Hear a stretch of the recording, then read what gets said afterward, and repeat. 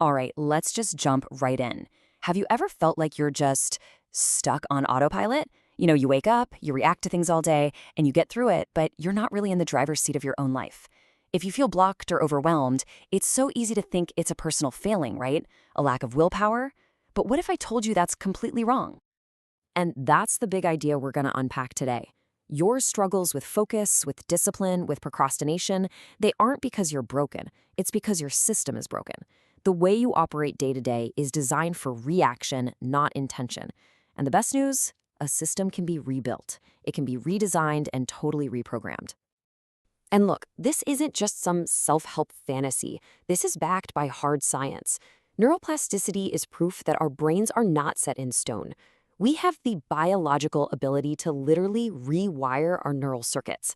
So this gives us a solid scientific foundation for making real lasting change. We aren't our old habits. We are the architects of our future selves. Okay, so where do we even start with the construction? Well, the foundation of any new architecture is mastering your own mind, building a kind of mental fortress.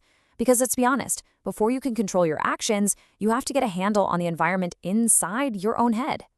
Think about it. Most of our daily failures are pretty much decided in the first 10 minutes after we wake up. A reactive morning, grabbing that phone, it just throws your brain into this chaotic tailspin of stress and chasing cheap dopamine hits.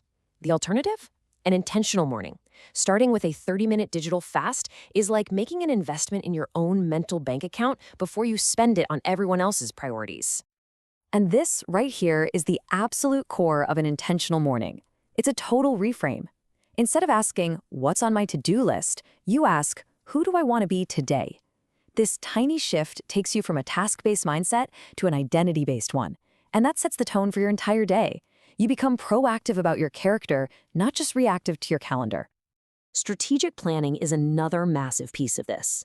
Anxiety often just comes from a lack of clarity. By planning your day the night before and identifying just 3 major priorities, your big 3, you slash decision fatigue. Don't think of it as a chore. Think of it as your most powerful anti-stress weapon. It gives you back control. Oof, that one hits hard, doesn't it? We have to re-engineer our internal dialogue.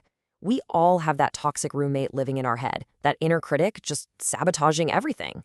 And since our brain believes whatever it hears most often, it's absolutely crucial to challenge that negative voice. You got to start acting like a lawyer in a courtroom and build a case for yourself instead. But, a mental fortress is useless if the soldier never leaves it, right? A strong mind is nothing without action. And that brings us to the second part of our blueprint, the discipline of action. This is all about turning those thoughts into real, tangible progress. Here's a game-changing truth that's going to flip everything you thought you knew on its head. We always wait to feel motivated before we act, but that is completely backward. Procrastination isn't laziness. It's an emotional defense mechanism. It's about avoiding the fear of failure or discomfort. The secret is that action itself is the spark. Action is the engine of motivation, not the other way around. This slide shows exactly how our brain talks us out of things. See that window? It's tiny. We're talking seconds between having an idea and your brain kicking into negotiation mode, just churning out excuses. The key is execution speed. The moment you know what you need to do, you have to move before that little window slams shut. And this should be your new mantra for taking that immediate action. Forget about perfection. The goal is just to start. Imperfect action will always beat perfect inaction. You can refine and improve it later, but you can't improve something that doesn't even exist. You gotta act to build that momentum. It's not just about starting, it's about finishing. We have to close all those open loops in our minds.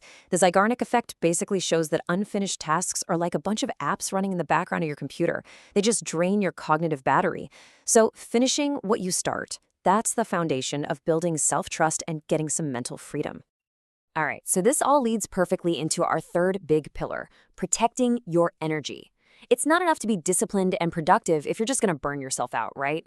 A solid mental architecture has to be sustainable, and that means defending your most valuable resource. This idea is called radical essentialism. Your energy is a finite resource. It's not unlimited.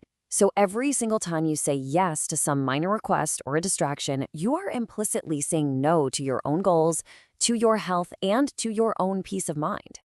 I want you to think of your life as a personal ecosystem. You need to do an energy audit. Which people and activities drain you, and which ones nourish you? Having the courage to say no and cut out what's siphoning your vitality, that isn't selfish. It's an act of survival for your mission. Here's one of the simplest, most powerful truths you'll hear today. You cannot have a clear mind in a lethargic body. It just doesn't work.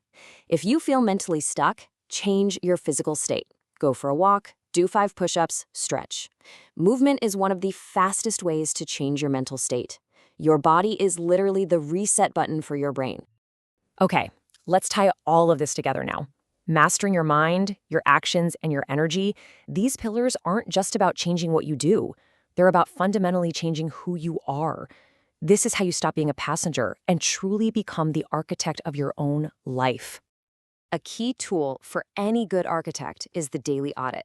Think of it like a simple 2-minute feedback loop with yourself before you go to sleep. You analyze the day, ask what worked and where you lost time, and then, this is key, you practice gratitude by identifying just one small victory. This process actively trains your brain to focus on progress. And that brings us to what might be the single most powerful pillar of them all. You have to link your habits to your identity, not to a result. See, a result is a finish line. An identity is forever. When you embody the identity of an athlete, you exercise. It's just what you do. When you embody the identity of a writer, you write. The actions become a natural expression of who you are. In the end, motivation is just the spark. Real, true change is forged in the fire of habit. And the biggest obstacle isn't how hard it is. It's the monotony. The real transformation happens when you have the discipline to keep going even when it gets boring, because you know you're building a new identity, brick by brick. So, as we wrap this up, the blueprint is in your hands now. All these pillars are the tools you need to build a new mental architecture.